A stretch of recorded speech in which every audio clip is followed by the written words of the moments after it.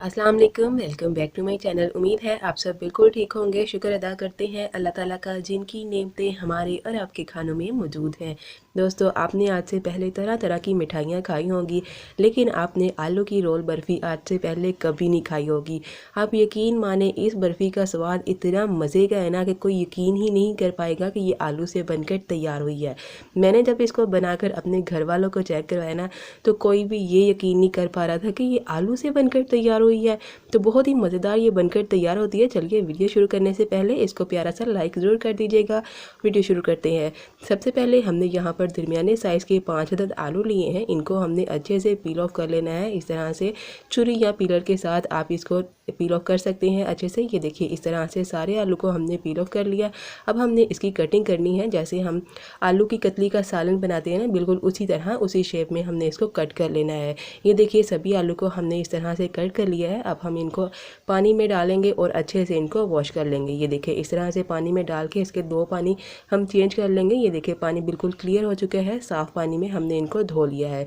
अब हमने एक कढ़ाई में तकरीबन 2 गिलास पानी ऐड करने हैं और इसके ऊपर स्टीमर रखेंगे और इसके ऊपर हमने आलू रख देने हैं, सभी जो हमने कट किए हुए हैं। ये देखिए, इस तरह से हमने आलू रख के इनको ना तकरीबन 10 से 15 मिनट के लिए अच्छे से हमने स्टीम कर लेना है। तो यहाँ पर देखिए जी, हमने इनको अच्छे से स्टीम कर लिया है। थोड़ा ओवर स्टीम ही करिएगा इनको।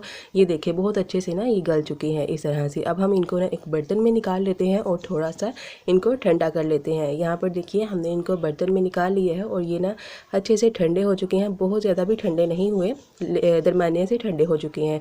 अब हमें एक ब्लेंडिंग जार चाहिए। इसमें सभी आलू ऐड कर देंगे और इसके बाद हम इसमें आधा कप डालेंगे दूध, ताकि हम इसको अच्छे से ब्लेंड कर सकें। तो इसको कवर करके हम अच्छे से ना ब्लेंड कर लेते हैं। ये इसका पेस्ट बना लेते हैं। तो यहाँ पर देखिए, हमने इसका अच्छे से पेस्ट बनाकर तैयार कर लिया है। इसको एक बर्तन में निकाल लेते हैं। देखिए, बिल्कुल क्रीमी फॉर्म में आ चुका है। इस तरह से ही इसको होना चाहिए।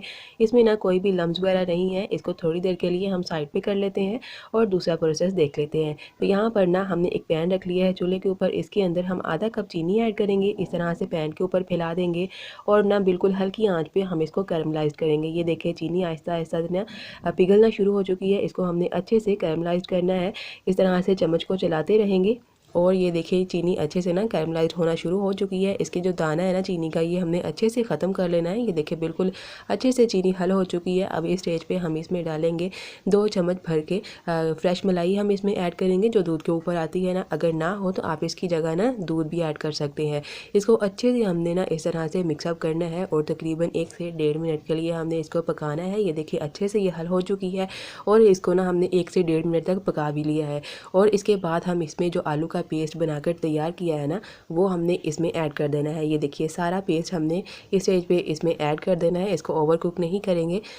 तो सारा पेस्ट हमने ऐड करने के बाद ना इसको अच्छे से हमने हल करना है, ताकि हमने जो चीनी इसमें डाली है उसमें ना ये आलू का पेस्ट अच्छे से हल हो जाए। ये देखिए, चम्मच चलाते हुए हम इसको अच्छे से हल कर चुके हैं। देखिए, बहुत ही क्रीमी सा ये बन चुका है और देखने में बहुत ही ज़बरदस्त लग रहा है। यहाँ पर देखिए, हमें तकरीबन 6 से 7 मिनट हो चुके हैं इसको पकाते हुए। लो टू मीडियम फ्लेम पर ही इसको पकाइएगा और साथ साथ ना चम्मच हिलाते हुए इसके किनारे भी हम साफ़ करते जाएंगे, ताकि वो जमे नहीं।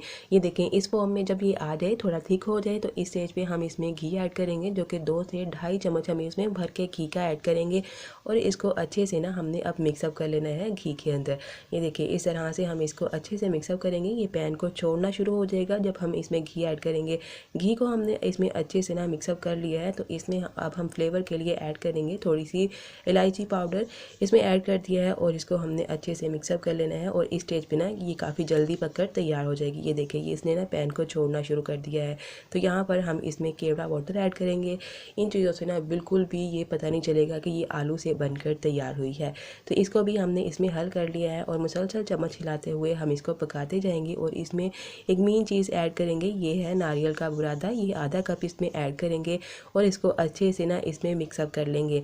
ये ऐड करने से ना कोई जज ही नहीं कर पाएगा कि हमने ये आलू की बर्फ़ी बनाकर तैयार की है। सच में इसका टेस्ट ना बहुत ही ज़बरदस्त है। आप एक बार इसको लाजमी ट्राई करिएगा और आपको पता चल जाएगा कि ये कितनी कमाल की बर्फ़ी बनकर तैयार होती है।